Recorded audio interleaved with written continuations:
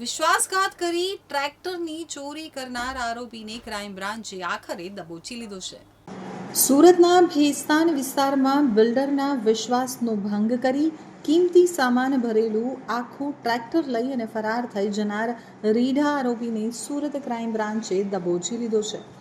March 2025માં બનેલી આ ઘટનામાં લાખો રૂપિયાની ચોરી કરી આરોપી અમદાવાદના ધોળકા પાસે છુપાયો હતો.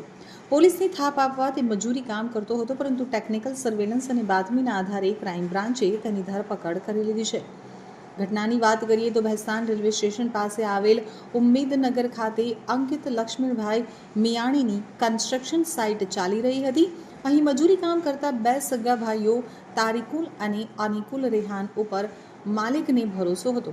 જો કે 24/3/2025ના રોજ આ બંને ભાઈઓએ કાવતરું રચી સાઇટ ઉપર પડેલું ટ્રેક્ટર, જેમાં કન્સ્ટ્રક્શનનો કિંમતી સામાન ફિટ કરેલો હતો, તે લઈને રાતોરાત સુરત છોડી ભાગી ગયા હતા.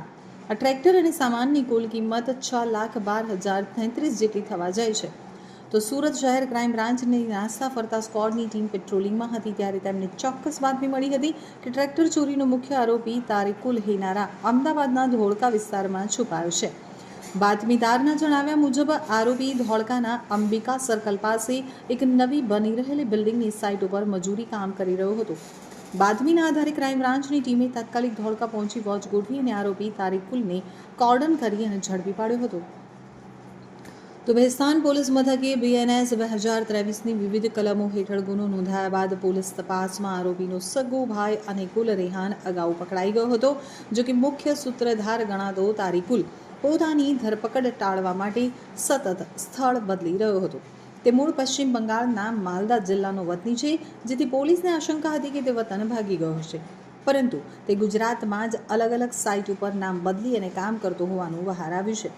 તો સુરત શહેરમાં ગુનાખોરી ડામવા અને નાસ્તા ફરતા આરોપીઓને પકડી પાડવા માટે પોલીસ કમિશનર દ્વારા ખાસ ડ્રાઇવ ચલાવવામાં આવી રહી છે.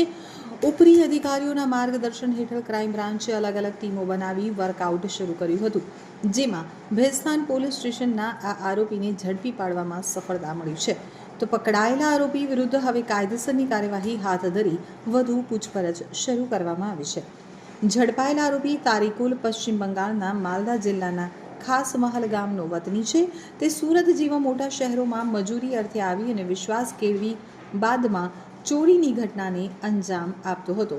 પોલીસ હવે તે દિશામાં તપાસ કરી રહી છે કે આ અગાઉ તેણે અન્ય કોઈ જગ્યાએ આ પ્રકારે ટ્રેક્ટર કે મશીનરીની ચોરી કરી છે કે કેમ.